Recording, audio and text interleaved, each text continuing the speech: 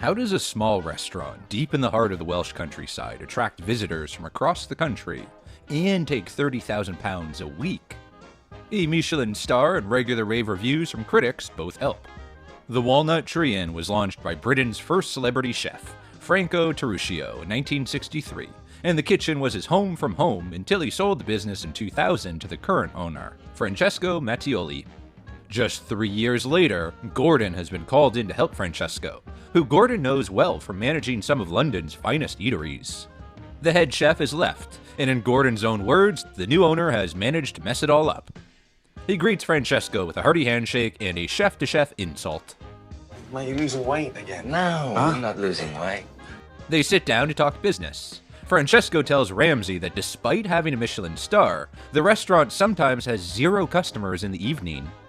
Since the head chef walked away, Francesco is taken over in the kitchen, which Gordon thinks is a mistake, particularly because the line is full of staff who don't appear to be actually helping him. He seems to have control issues and is running himself into the ground. The Michelin star was awarded the previous year based on the consistency and quality of the food, and the flair of the chef, who is now left. To retain the coveted star, Francesco must find a suitable replacement. Fast.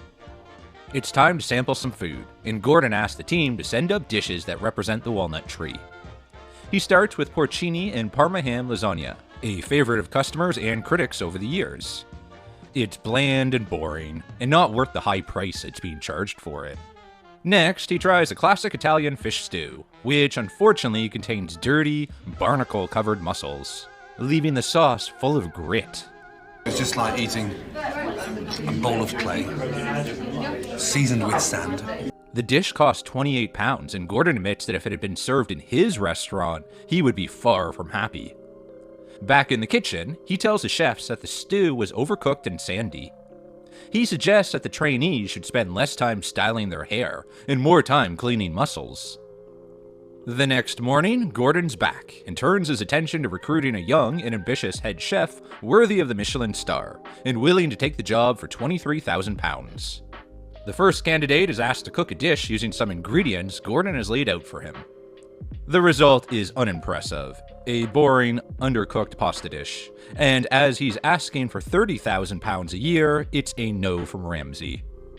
Next up is an Italian chef who is currently second in command of the kitchen at the local Holiday Inn.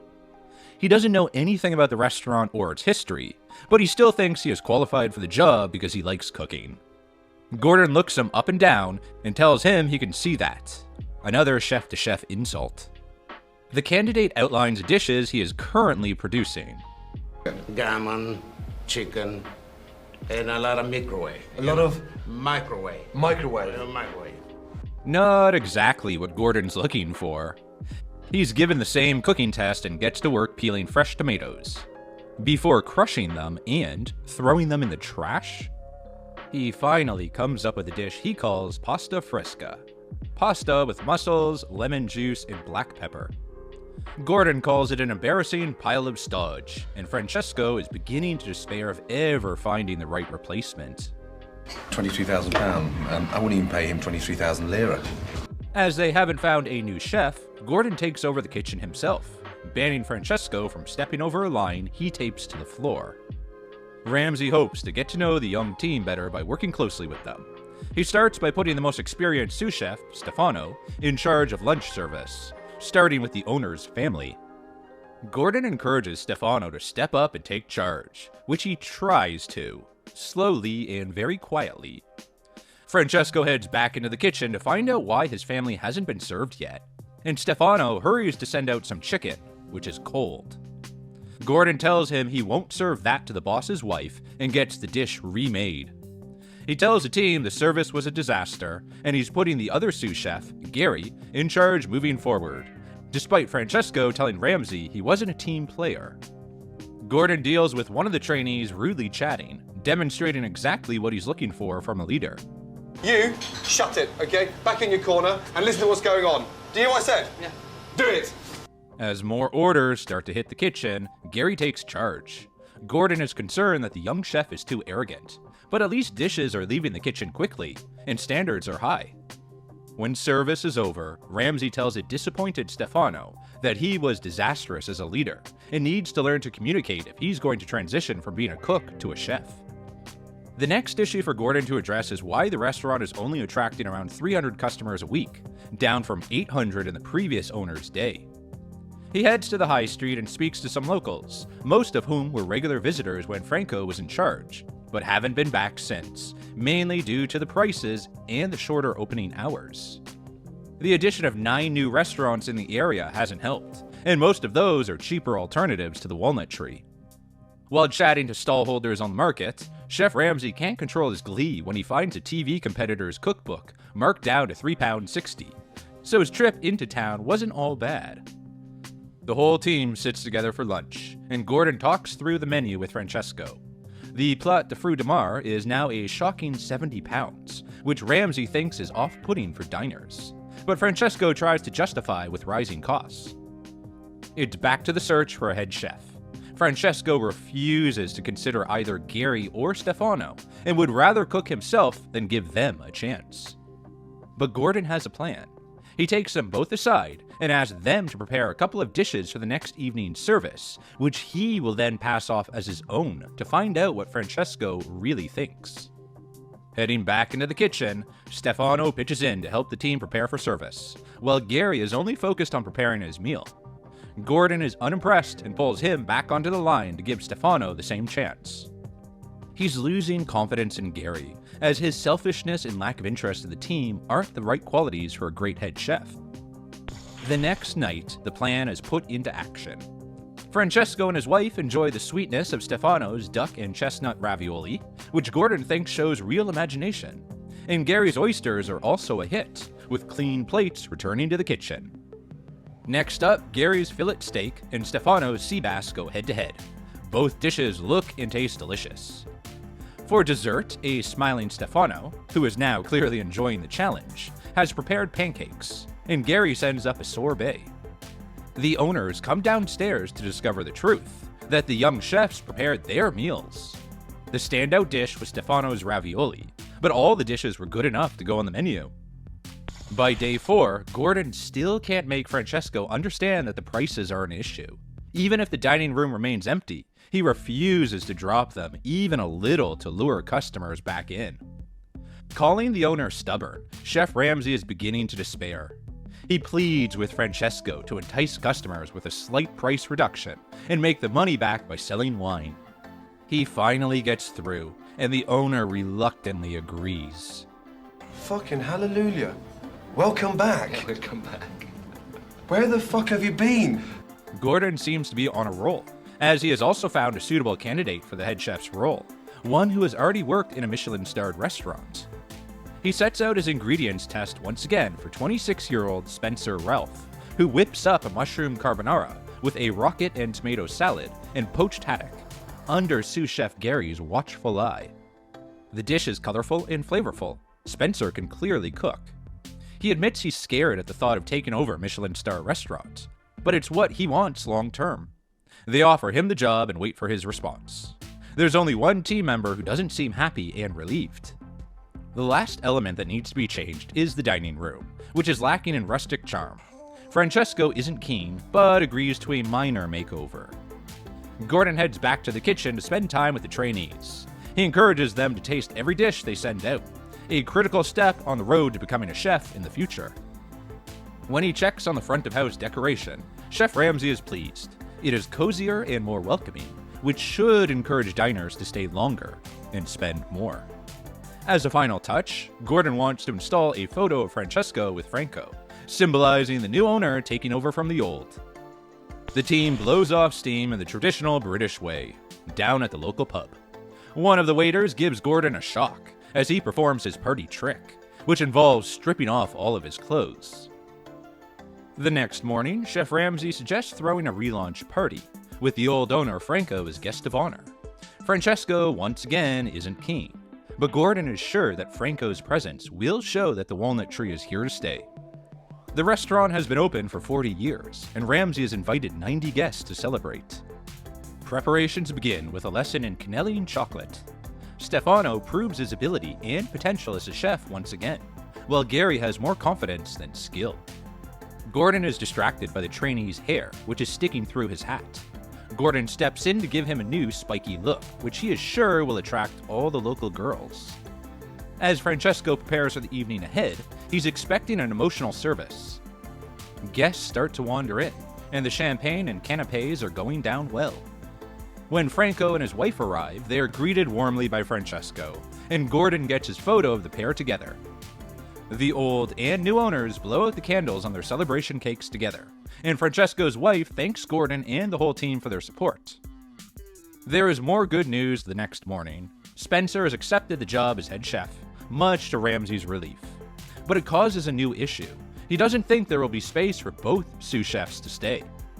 Gordon chats to Gary, who tells him that he'll be pushing hard to outshine the new head chef, displaying real ambition, but once again a lack of teamwork.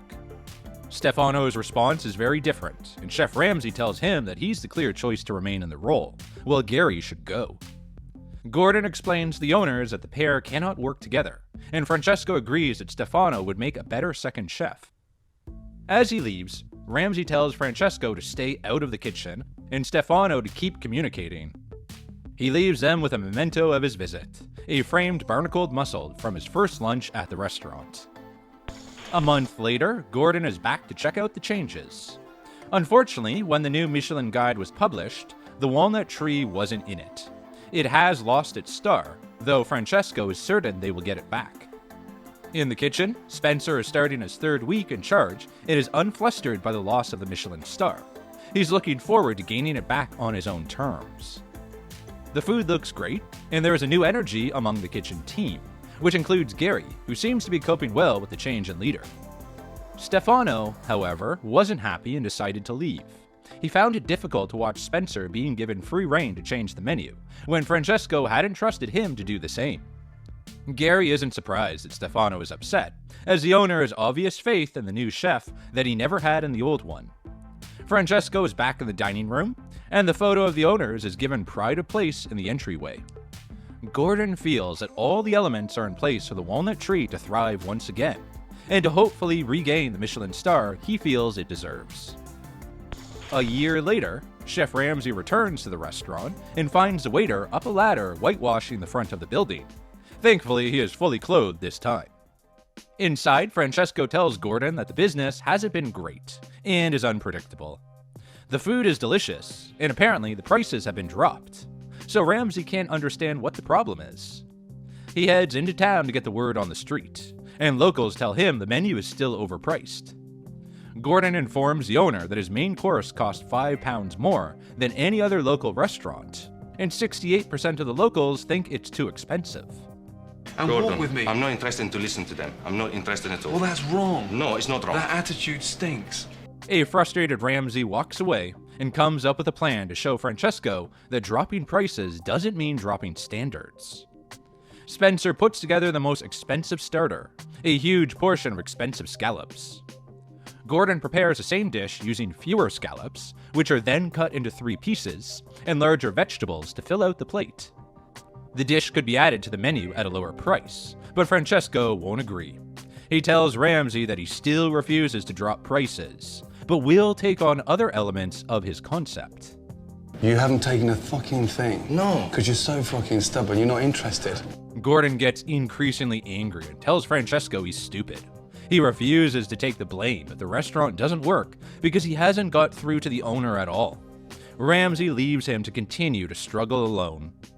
When Gordon's second visit to the Walnut Tree was aired in May 2005, Francesco planned to watch the episode, but he made it clear that he wasn't happy with the manipulative chef or the restaurant's portrayal on the show. Customer numbers had briefly risen after the original episode aired a year earlier, but quickly went back to normal, so they felt no real benefit from taking part. Francesco and his wife had hoped the publicity the restaurant received would have caused more of a bump in customer numbers, because Gordon himself had said so. Ramsay had called to assure them the national TV coverage would boost the business. That didn't happen. Despite Spencer working hard in the kitchen and food standards remaining high, the dining room didn't get busy enough to make a difference. In February 2007, just 2 years after Ramsay's frustrating second visit, the restaurant was forced to close at short notice due to insolvency. And Francesco knew exactly who was to blame for the business's failure: Gordon and the Kitchen Nightmares crew. It seems that Francesco had two main complaints to make about the celebrity chef's involvement with the restaurants, and he made them both repeatedly in the press. As this was the first ever series of Kitchen Nightmares, Francesco was unaware of the name of the program he had signed up for until it was too late. Along with the other investors in the business, who owned celebrity favorite hangout The Ivy, Francesco had simply trusted Gordon, as they mixed in the same London circles. Secondly, Ramsay's determination to cut prices made the restaurant appear to be too expensive, which Francesco and his wife were confident was not the case. Critics had other ideas about what went wrong. When Franco had originally opened the Walnut Tree in the early 60s, he started a major new food trend in Britain, the gastropub. While pubs had been known as great places for a pint of beer, the food had always been unimaginative, low quality, and often badly prepared. Franco changed that, combining outstanding food with a relaxed pub environment, and other businesses across the country quickly followed suit. When Francesco took over the business, it seems the gastropub turned into more of a traditional restaurant. His desire to raise standards may have changed the modern, informal atmosphere, which made it a less unique and attractive proposition for local diners. And viewers had yet another theory about what went wrong. It was because Francesco had failed to listen to a single one of Gordon's ideas. The closure of the restaurant was only temporary, and in December 2007, the doors to the Walnut Tree Inn reopened, but it had a new owner and head chef. Sean Hill had achieved a Michelin star at 2 of his previous restaurants, and couldn't resist taking over his favorite restaurant when it came up for sale. The atmosphere was once again relaxed and unpretentious, with no dress code and no tablecloths, and Sean described his food as the shabby end of Michelin. Customers disagreed with that statement, with many traveling the 3 hours from London without complaint to sample his exquisite dishes. Within a year, the Walnut Tree was named AA Restaurant of the Year, and in 2009, Gourmet Britain agreed, crowning it the best restaurant in Britain. By 2010, Sean had achieved the ultimate goal. He gained a coveted Michelin star for the restaurant for the first time in 7 years, and more impressively, he managed to keep it. Reviews of the restaurant were excellent, averaging 4.5 out of 5 on TripAdvisor, with diners enjoying the elegant food, creative flavors, and friendly atmosphere. Customers were impressed with the quality of the food and the value for money, particularly when compared to other restaurants of the same standard. And the amazing news is that the Walnut Tree Inn is still open today. Sean Hill remains in control of the kitchen at the impressive age of 76, after 50 years in the industry. The restaurant has retained its Michelin star consistently since it regained it in 2010, and has become a favorite dining spot for food critics. There was a brief closure in 2021 due to staff shortages caused by Brexit and the pandemic, but thankfully the door quickly reopened, as that short interruption of business cost the owner £30,000. Sean's wife is campaigning hard for him to retire, but he hasn't hung up his apron yet, and continues to create 10 new dishes each season. Plus, he writes a new menu every day. With the dining room still packed out over 20 years after Gordon's first visit, the Walnut Tree Inn is Kitchen Nightmare's longest-running success story, even if the team, food, and decor are entirely different from the ones Gordon worked with 2 decades earlier. After leaving the Walnut Tree, Francesco became restaurant manager at Le Petit Maison in London's exclusive Mayfair district. The restaurant is owned by a multi-millionaire who employed a trusted and experienced team around him, which obviously worked. Le Petit Maison received rave reviews from the day it opened. Francesco was still there as of 2017, but we don't have any further updates on him. The head chef that Gordon found, Spencer, moved on to work at a pub and restaurant in the south of England, the Swan Inn in Chiddingfold, where he stayed for several years. In 2011, the restaurant, under Spencer, was nominated for a Good Food Guide Award, which recognizes culinary excellence. In 2015, Spencer took a role as an executive chef for event catering company Zafferano. From canapes to chef-led food stations, his role was to create culinary magic at high-end parties. Since 2019, he has been senior head chef for events at the prestigious Tate Museum in London. Spencer doesn't list the Walnut Tree on his LinkedIn profile, but he does have fond memories of his meeting with Gordon, despite having no idea that he was going to be filmed or asked to cook in front of the intimidating interviewer. Presumably, he has better memories than another of the applicants, who was busted by a surprise boss. The microwave fan from the Holiday Inn found himself in hot water when his employer watched the episode and spotted him trying to secure another job. Oops. We don't have an update on Gary, who had high hopes of excelling in the kitchen and taking over the Walnut Tree himself, but we do have an update on Quiet Stefano, who was disappointed that he couldn't progress and walked away before the revisited episode was aired. Stefano left Wales and headed straight to London, where he took a role as head chef at Osteria Amelia, and he stayed there for several years. In 2012, Stefano and a coworker started Stairway to Heaven Kitchen, an intimate supper club where he created new and experimental dishes for groups of friends and customers. That venture seemed to last until 2016. We can't track down a work history for him since then, though his online presence suggests he is catering private events, mainly high-end dinner parties in people's homes. It's also clear that he has two great loves in his life. Stefano loves to travel almost as much as he loves food. His social media profiles are full of photos of him enjoying both. We're happy to see that he's still cooking up a storm, and Gordon was clearly right about his potential to become a creative chef. The final update is about the chef who started the whole story, Franco Taruschio, the founder of the Walnut Tree Inn. It turns out he couldn't stay away from the kitchen, and became the director of the Chef's Room, Fish and Cookery School, where he still runs cookery mastery classes and hosts private events to this day, despite now being 86 years old. He has also published several cookbooks so that fans can get a taste of the original Walnut Tree in their own homes.